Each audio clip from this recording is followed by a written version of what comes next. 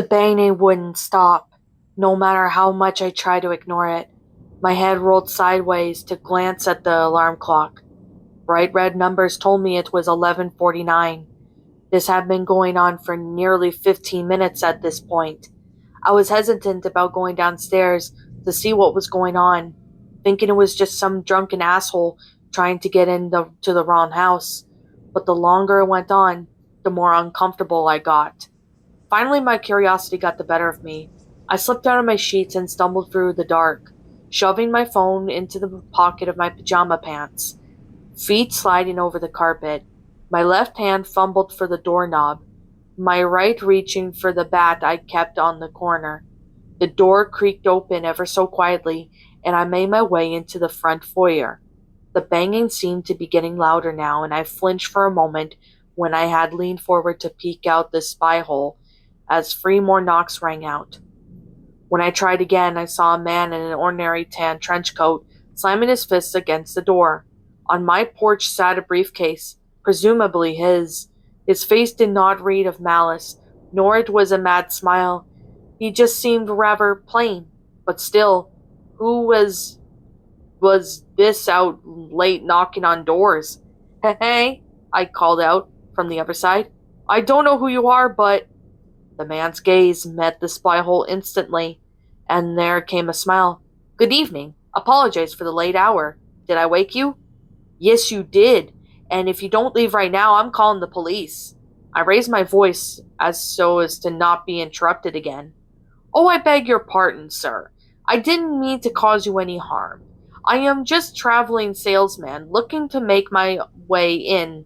In fact, I have no interest in wasting more than 10 minutes of your time. If you're still not satisfied by then, I will take my leave.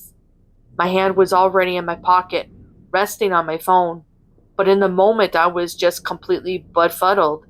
A midnight salesman? What the hell kind of profession is this? Are you joking, mate? No joke at all, sir. The man rested a open palm across his heart. Listen, I know this is completely out of place, but all I ask is for 9 minutes. Now 9 minutes of your time, just to listen.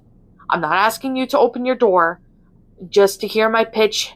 Hell, for all I know, you might have a shotgun cocked and then ready for me. My grip on the bat tightened ever so slightly. And that is totally justified, my good sir. I mean, what reckless soul would be out at this hour? Yeah, that's exactly my point. So why are you here waking me up in the middle of the night? The man smiled gently.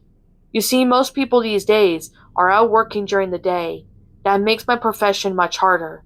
As they are home, they wish to get out the door or trying to relax with their families. So I tend to try and find any souls that are up late into the evenings instead. That doesn't sound like a great business model. I'm going to be real with you. Once again, you are absolutely right, but it is the best that I can only do. You see, I gotta feed the wife somehow. Got her first on the way, you see. Well, congrats to ya, but I'm not interested, sorry. Please leave, or I'm going to call the cops. Look, please. The man's face grew sullen, clasping both hands together at his belt buckle. I haven't been able to get anyone's attention all night. If you could just give me 5 more I'm sorry, look, I'm not really 3 minutes, that's all I ask.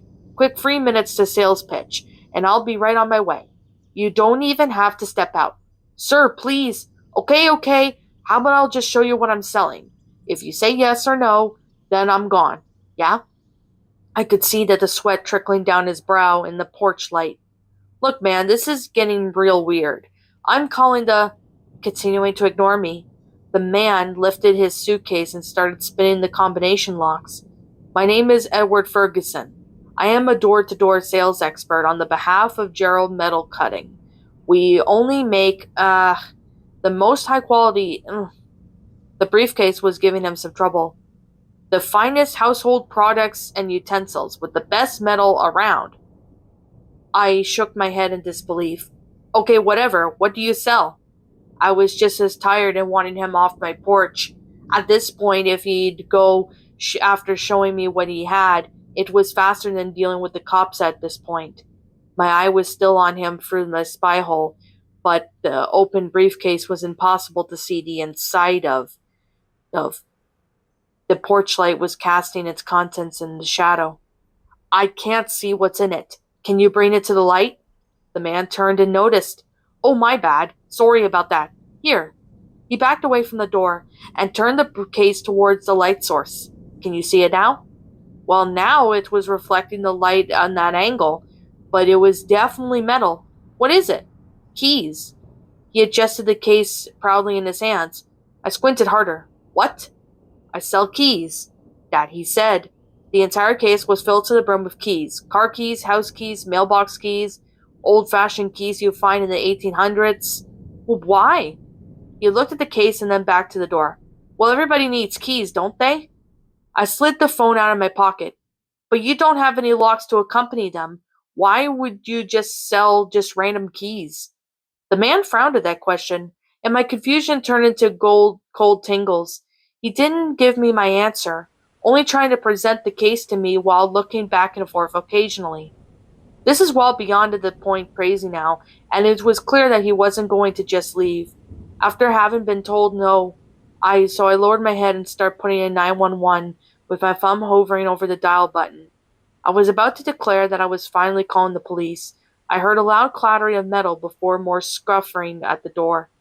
Looking through the hole, I could just see Edward pressed up against the spy hole, and I could hear the doorknob shaking. After a moment of frustration, he scowled and backed off, tossing something shiny into my lawn. Before reaching back to the case and grabbing another key, immediately I pressed a button and screamed for the operator to send help quickly. She told me to hide in a locked room away from the front door and to find something to defend myself with. Just as I started to run into my home, I could hear the salesman mutter from the other side, "Don't start thinking your key's not here." The rattling disappeared. After a few minutes and shortly after, the operator stated the police were just pulling up. When I stepped out on the porch to talk to them, I noticed the doorknob had a key sticking out of it. Impulsively, I wrapped the edges of my sleeve around my fingers and pulled on it. It slid out perfectly. What's up, my pretties? It's the Lion Queen here. I want to appreciate you all for tuning into this video, and I do appreciate you guys supporting my video by giving this video likes and stuff. If you really enjoyed this video, be sure to leave a like, comment and subscribe if you're new, ring the bell for notifications to when I upload so that way you guys will get updated for whenever I upload. If you want to follow me on Twitter or DeviantArt, feel free to leave a follow on those if you are interested in following me on those socials. If you want to support my backup channel, known as Miss Dark Shigo, feel free to subscribe to it, as a link to that will also be in the About page section. And with that being said, and that being the case, thank you so much for watching, my pretties, and as always, stay pretty.